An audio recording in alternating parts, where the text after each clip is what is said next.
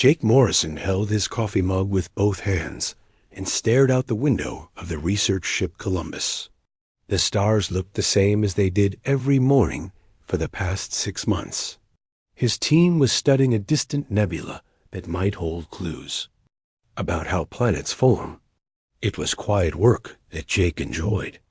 No politics, no fighting, just pure science in the deep black of space. The ship carried 37 people. Most were scientists like Jake. Dr. Lisa Park studied alien life forms, even though they had never found any. Chief Engineer Rick Santos kept their old ship running with spare parts and clever tricks. Medical Officer Amy Chun made sure everyone stayed healthy during their long journey. They were good people doing important work far from Earth. Jake sipped his coffee and checked the morning reports. Everything was normal. The engines hummed quietly. The air recycling system worked perfectly. The computers tracked their position among the stars. It was going to be another peaceful day. Then the corridor outside the observation deck exploded with blue light. Jake dropped his coffee mug. It bounced on the floor and spilled brown liquid everywhere. Through the doorway, he saw something impossible.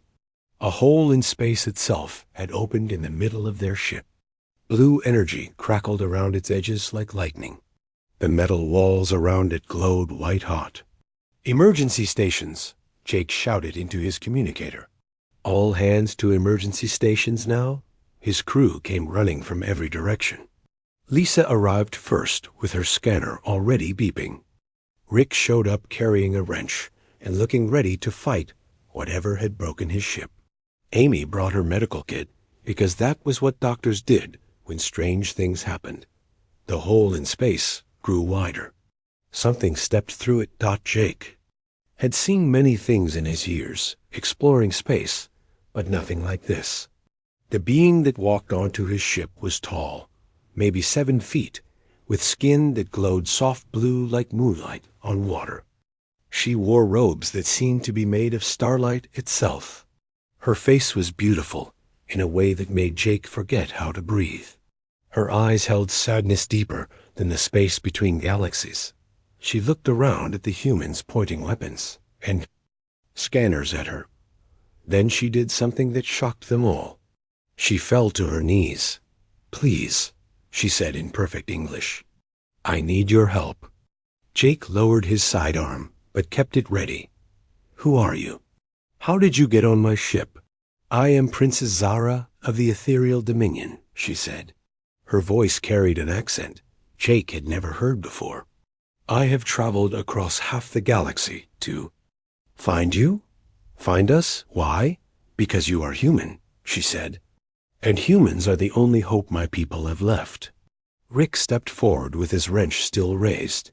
"Lady, I don't know what you think humans can do that your fancy portal technology."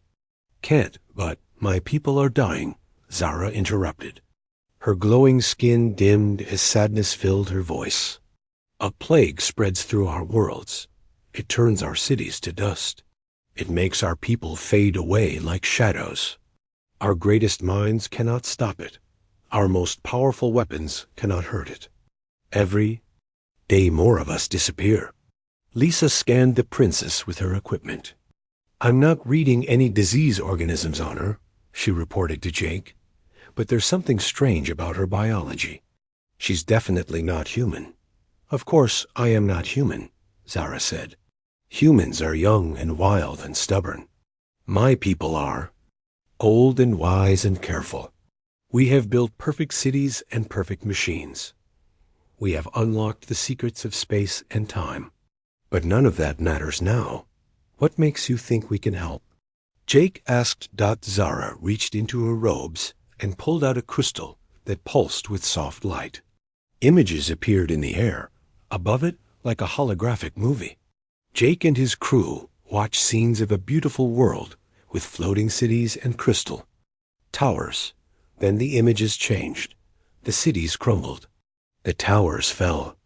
People with glowing blue skin wandered through ruins like lost ghosts. "This is my home world of Luminara," Zara explained. 6 months ago, it was the crown jewel of our civilization. Now it is dying. The plague we call the void sickness spreads to every world we touch. Soon there will be nothing left of the ethereal dominion. Amy knelt beside the princess. You traveled all this way just to ask for our help? Why us? Why humans? Because of the prophecies, Zara said. Ancient texts speak of a young race from a small blue world. A people who refuse to die, no matter what tries to kill them. Warriors who fight with broken weapons and win impossible battles. Scientists who solve problems by breaking rules instead of following them. Jake and his crew looked at each other. They were researchers, not warriors. They studied things and wrote reports. They had never won any impossible battles. We're not what you're looking for, Jake said gently. We're just scientists. We study nebulae and take measurements. We don't fight plagues or save civilizations. Perhaps that is exactly what we need, Zara replied. She stood up, and the sadness in her eyes mixed with something else. Hope. My people have tried everything we know. We have used all our wisdom and all our power. Nothing works. Maybe we need someone who thinks differently. Rick scratched his head with his wrench. What exactly is this plague? Some kind of virus? It is hard to explain, Zara said. It consumes everything it touches. Our metal turns to powder. Our energy sources fade to nothing. Our computers forget how to work. It spreads through our technology, like fire through dry grass. Sounds like some kind of nanotechnology weapon, Lisa suggested. Or maybe an aggressive organism that breaks down complex structures. Amy added. Jake studied the images still floating above Zara's crystal. Something about the destruction looked familiar, but he could not place it. Show us more, he said. Crystal displayed new scenes. Scientists in gleaming laboratories worked frantically at perfect machines. Soldiers in shining armor fired weapons that sparkled like diamonds. Everything was beautiful and elegant and precise. And everything failed. Your technology is very advanced, Jake observed. We have had millions of years to perfect it, Zara said with pride that quickly turned to despair. But perfection means nothing against this enemy. Maybe that's the problem, Rick muttered. Everyone looked at him. Rick shrugged. Just saying. Sometimes the fanciest solution isn't the best solution. Sometimes you need something simple and ugly that just works. Zara stared at the engineer with confusion. I do not understand. He means we might see this problem differently than your people do, Jake explained. We're used to working with equipment that breaks down. We fix things with whatever we have available. We make do. State your wish, human, Zara said suddenly. She knelt again and looked directly into Jake's eyes. Name any price, and I will pay it. Give me any demand, and I will meet it. Just please help us survive. Jake looked around at his small crew of scientists and engineers. They had signed up to study stars, not save alien civilizations. They were ordinary people with ordinary skills. But something in Zara's desperate plea touched him deeply. We'll try, he said finally, but we do this our way. No promises, no guarantees. We look at your problem and see what we can figure out. Zara's skin brightened with hope. That is all I ask. Just one thing, Jake added. If we're going to help you, we need to see this plague for ourselves. Can you take us to your world? Yes, Zara said. My portal can transport your entire ship, but I must warn you. Luminara is very dangerous now. The void sickness spreads to anything it touches. Jake smiled grimly. Then I guess we better figure out how not to get touched. The journey through Princess Zara's portal felt like falling through liquid starlight. Jake gripped his command chair as the Columbus shook and twisted through space that obeyed different rules. Blue energy surrounded the ship like a glowing tunnel Rick cursed steadily as he fought to keep their engines stable. Amy held on to her medical equipment and tried not to be sick. Lisa pressed her face against a window and watched impossible colors swirl past them. "How long does this take?" Jake shouted over the noise of groaning metal. 3 of your days, Zara replied calmly. She stood in the center of the bridge, without holding on to anything, perfectly balanced as reality bent around them. "Portal travel is much faster than your rocket engines." 3 days later, they emerged into normal space near a yellow star that looked almost like Earth's sun. But what Jake saw ahead of them made his blood run cold. The planet Luminara hung in space like a dying ember. What should have been a bright blue and green world was dark and gray. Clouds of black dust swirled around it like smoke from a massive fire. "That's your home?" Rick asked quietly. "What is left of it," Zara said. Her glowing skin dimmed with sorrow. 6 months ago, those clouds were cities floating in the sky. Dust, you see, was once our greatest achievements." Lisa checked her scanners. "I'm picking up massive amounts of debris in orbit. Whatever hit this place was thorough." "The void sickness is always thorough," Zara explained. "It does not stop until everything is consumed." Jake studied the readings on his instruments. The planet still had atmosphere and gravity. Life signs were faint, but present. How many survivors? "Perhaps 10,000 of my people remain," Zara said. "We once numbered in the billions." The Columbus descended through the dark clouds toward the surface. What Jake saw through the viewports made him understand why Zara had traveled so far for help. Crystal spires that must have reached into the sky now lay in broken pieces. Cities that floated on anti-gravity platforms had crashed and burned. Elegant bridges spanning vast distances were twisted into metal sculptures of destruction. But the worst part was the silence. No radio signals came from the planet. No lights showed where people might be living. It was as if an entire civilization had simply stopped existing. "Where are the survivors?" Amy asked. "Underground," Zara replied. "In the deep shelters where the void sickness cannot reach." She guided them toward a landing site near what looked like a mountain. As they got closer, Jake realized it was actually a massive building complex built into the rock itself. They landed in a clearing surrounded by the twisted wreckage of what had once been a beautiful city. Jake ordered everyone to suit up in protective gear before leaving the ship.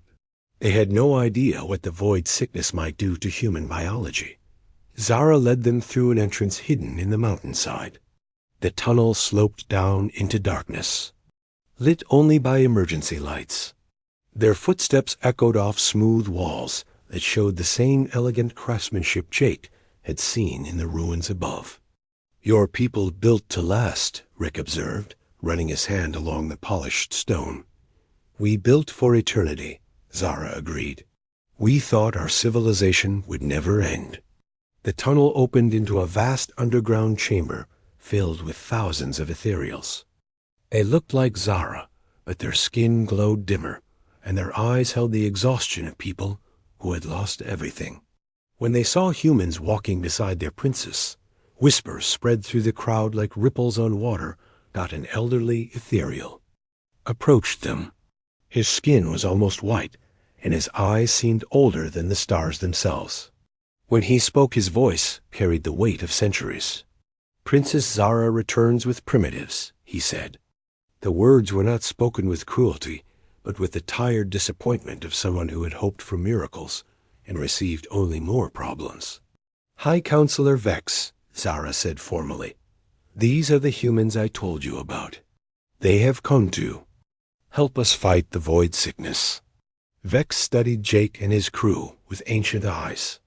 These creatures still burned chemicals to fly between worlds. They fight their wars with metal bullets and explosive powders. What could they possibly teach us that we do not already know?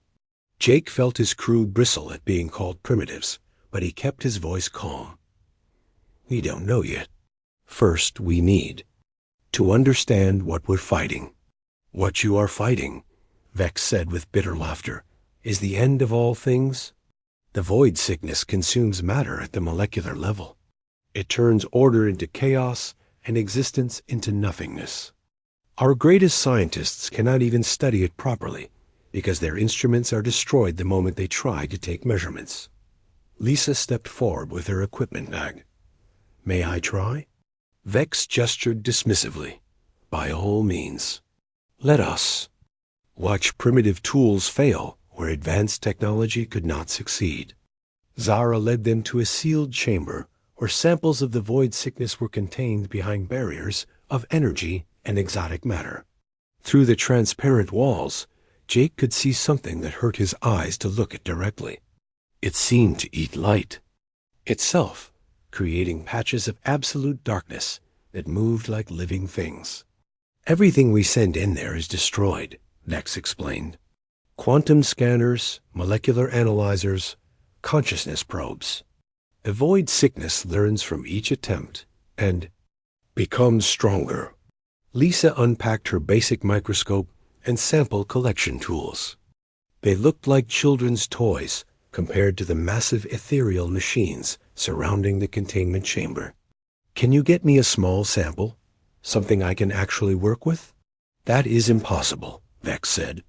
Any sample removed from containment would immediately begin consuming whatever touches it. What if we don't let it touch anything directly? Rick suggested. He examined the containment system with an engineer's eye. This setup is way too complicated. You've got 17 different types of barriers, and they're all trying to do the same job. Each barrier serves a specific purpose, Vex replied coldly. They work together to create perfect containment. Maybe that's the problem, Rick muttered. He pulled out his toolkit and started sketching a simple design on paper. What if instead of perfect containment you used imperfect separation? Create barriers that don't quite touch each other. Leave gaps that are too small for the main mass, but might let tiny samples through. The ethereal scientists gathered around to look at Rick's crude drawing. They spoke in their own language, their voices filled with confusion and something that might have been offense. They say your design will not work, Zara translated. It is too simple and has too many flaws. Good, Rick said cheerfully. Flaws are useful sometimes. While Rick worked on his containment bypass, Lisa set up her microscope in a corner of the laboratory. Amy collected biological samples from several ethereals to understand their normal physiology. Jake watched everything and tried to piece together what they were really fighting. After several hours, Rick had built what looked like a child science project next to the elegant ethereal containment system.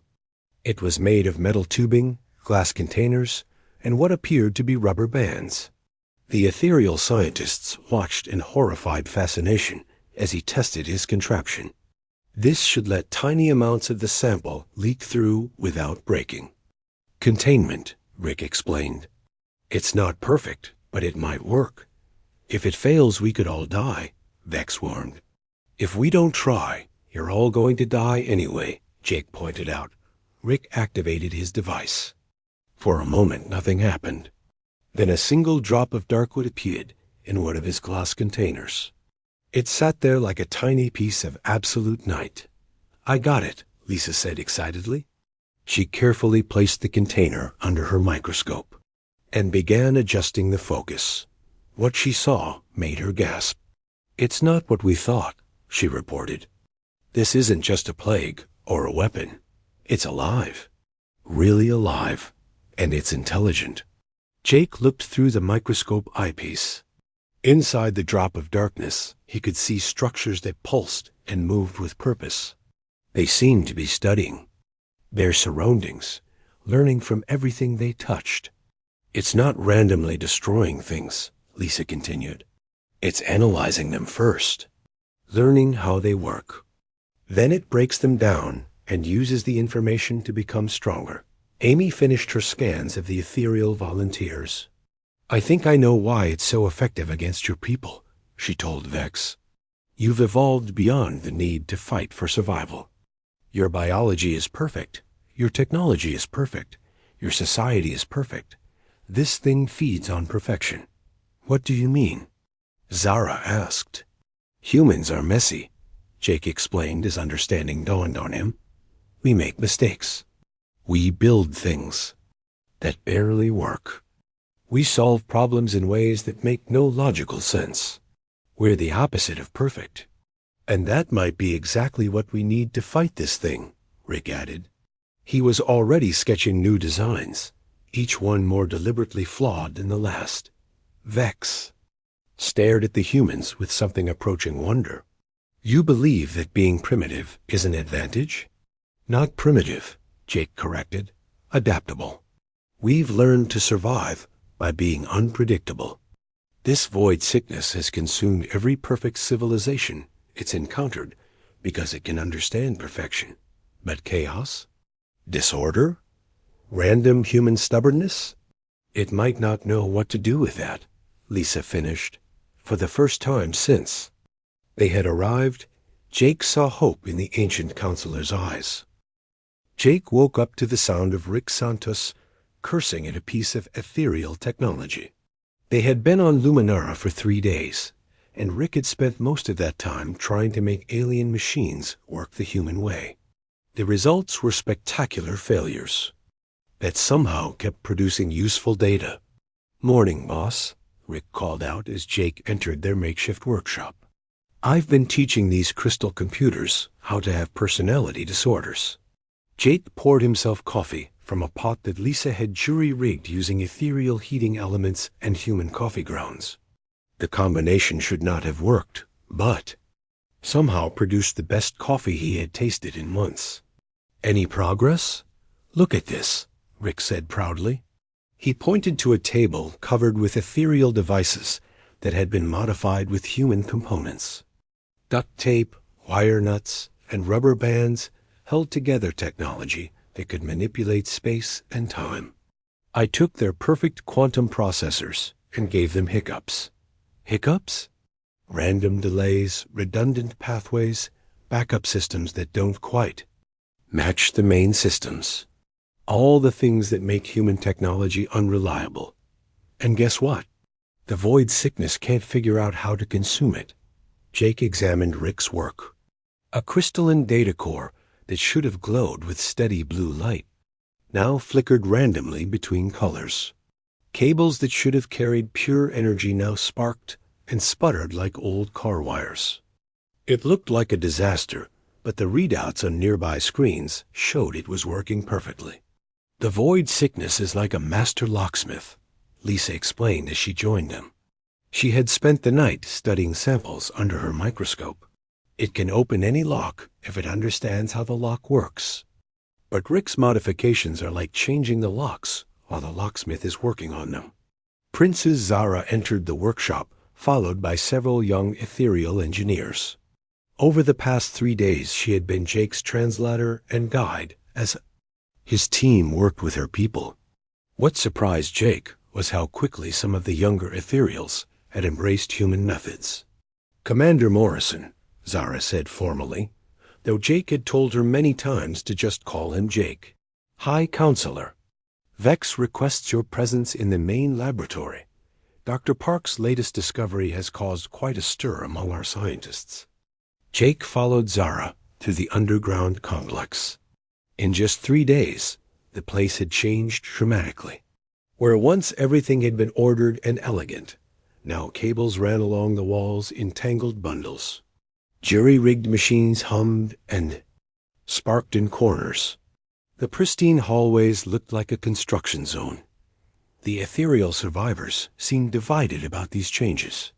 The older ones looked horrified at the mess humans had made of their perfect sanctuary. The younger ones studied every modification with fascination and had begun making their own deliberate improvements too. Critical systems. In the main laboratory, Jake found Lisa surrounded by a crowd of ethereal scientists.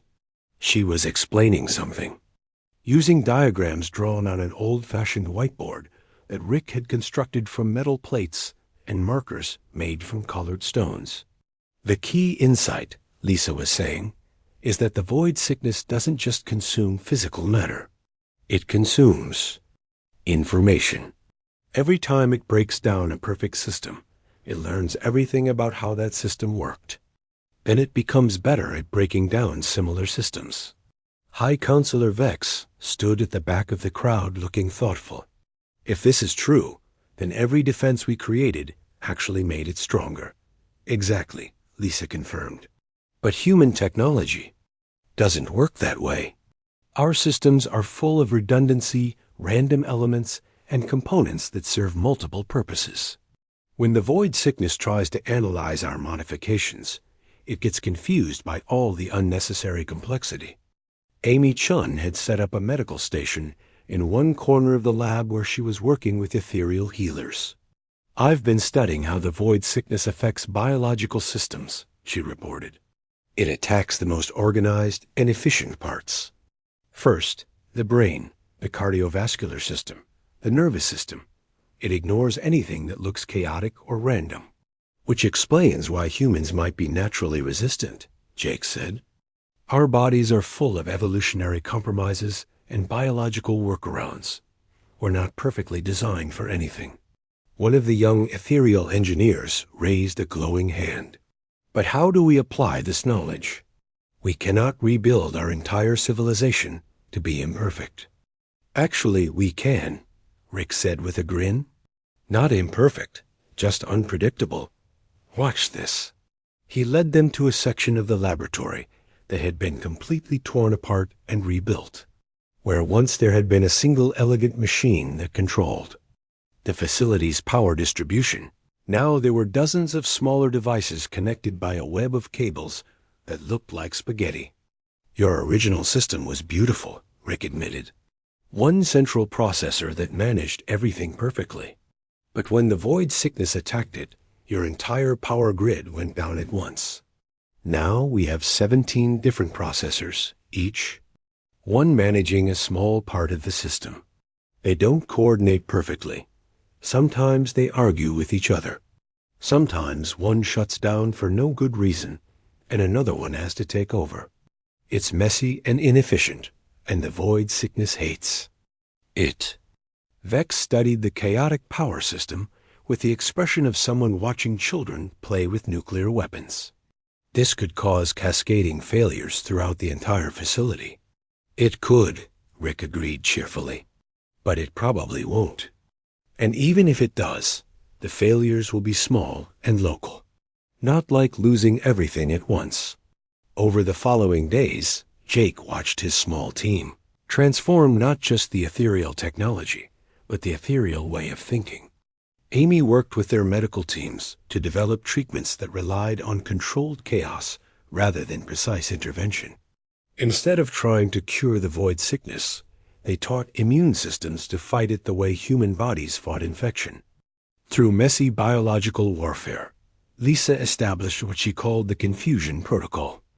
Every piece of technology in the facility was deliberately modified to include random elements, redundant pathways, and systems that did not quite work the way they were supposed to. The ethereals found it disturbing but effective.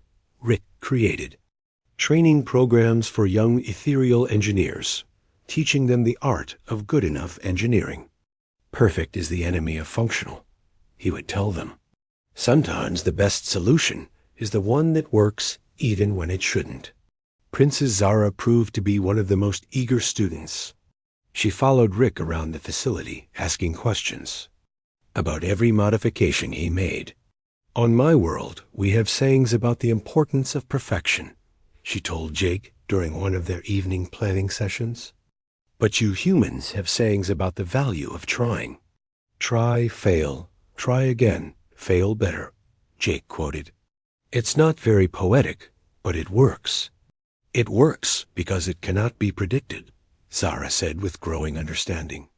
"The void sickness expects its enemies to follow logical patterns. But humans follow emotional patterns, hope patterns, stubborn patterns." The breakthrough came on their 7th day on Luminara. Lisa burst into the command center where Jake was reviewing progress. Reports with Vex and Zara. Her eyes were bright with excitement and exhaustion. "I figured out what the void sickness really is," she announced. "It's not a weapon or a plague. It's a cleanup system." "Explain," Vex commanded. "Think about it," Lisa said, pulling up holographic displays of her research. Every civilization the void sickness has attacked was highly advanced. Perfect technology, perfect organization, perfect efficiency. What if it was designed to target that kind of perfection? Designed by whom? Jake asked. Maybe by the first civilization to reach ultimate perfection, Lisa suggested. Think about what happens when a species becomes so advanced that they stop growing, stop changing, stop adapting. They stagnate. Eventually, they might see themselves as evolutionary dead ends. So they created something to clean up after them, Amy said slowly. To remove civilizations that had reached the same dead end.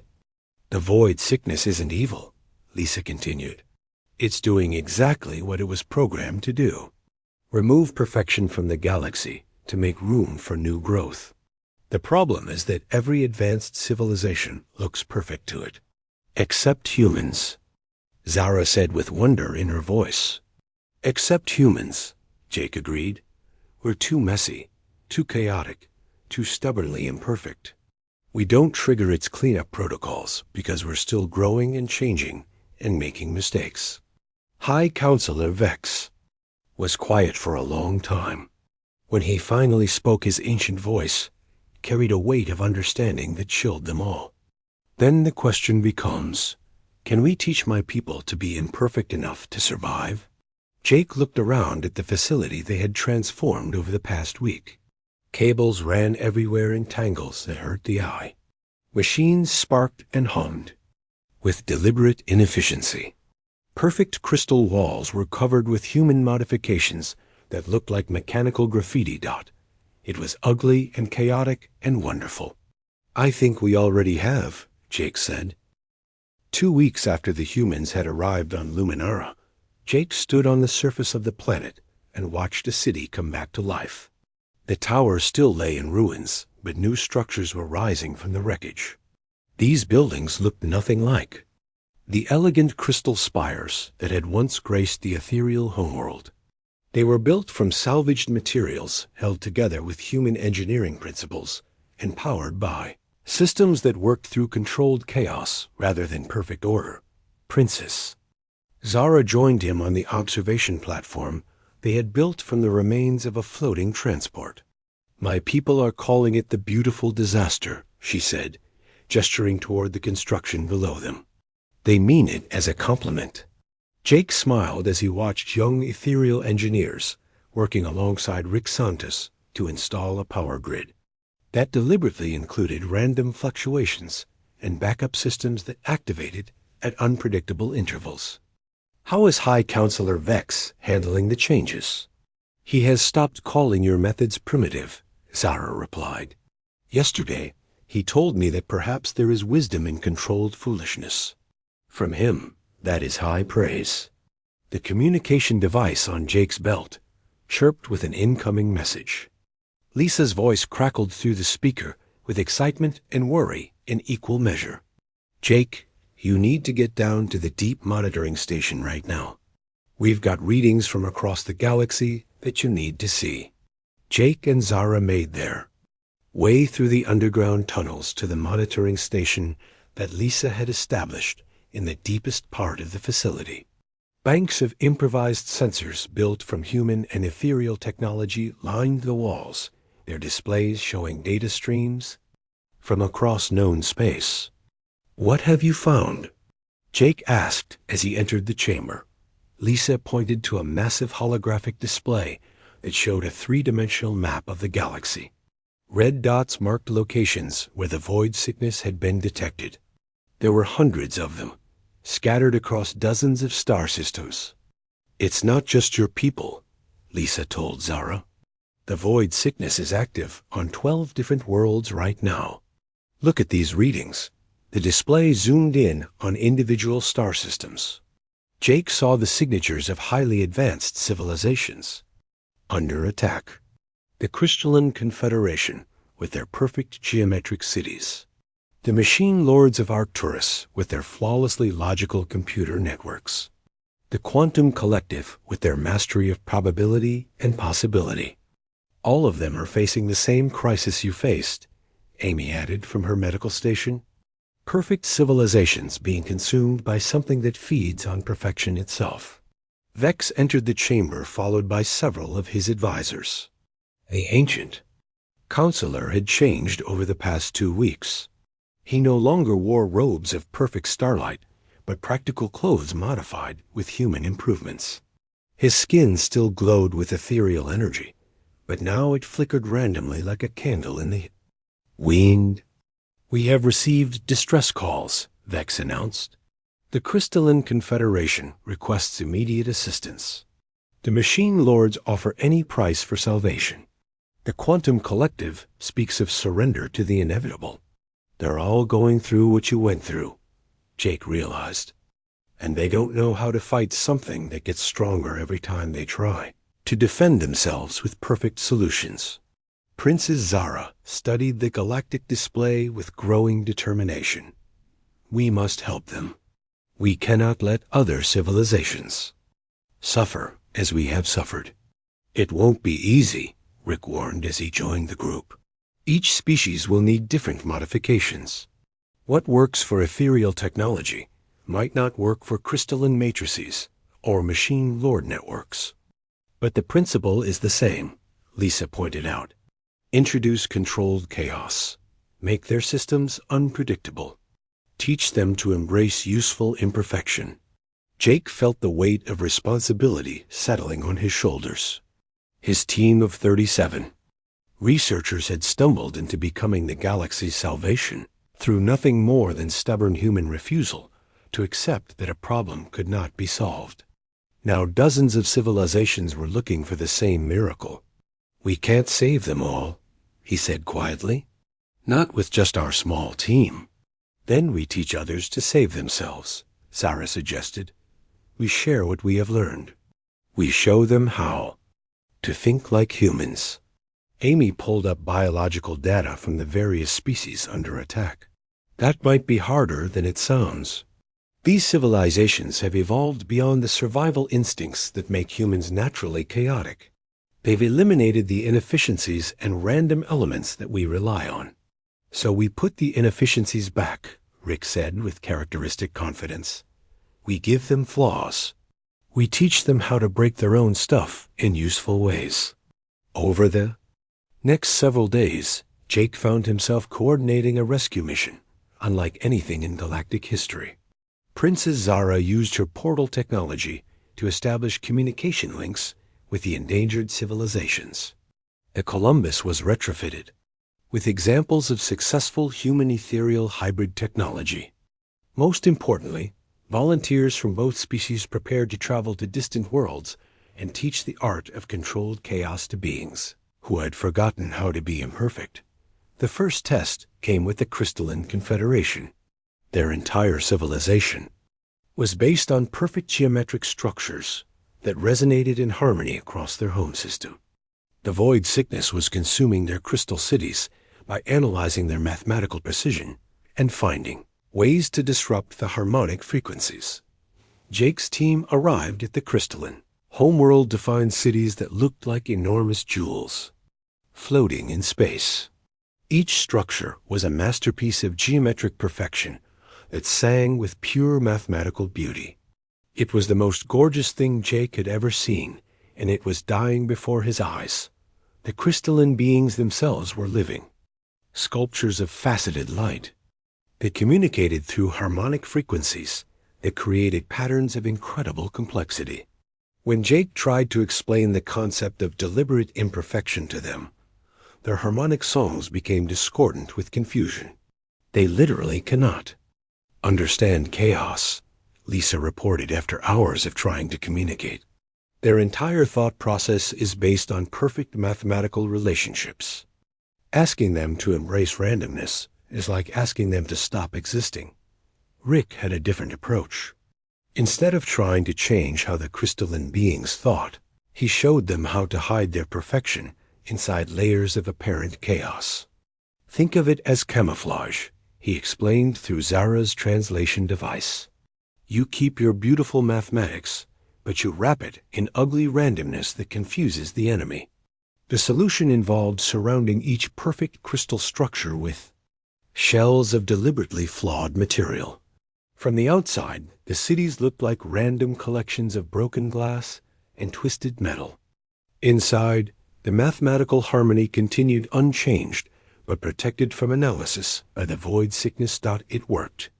Over the course of a week, the void sickness on the crystalline worlds began to retreat, unable to find targets that matched its cleanup.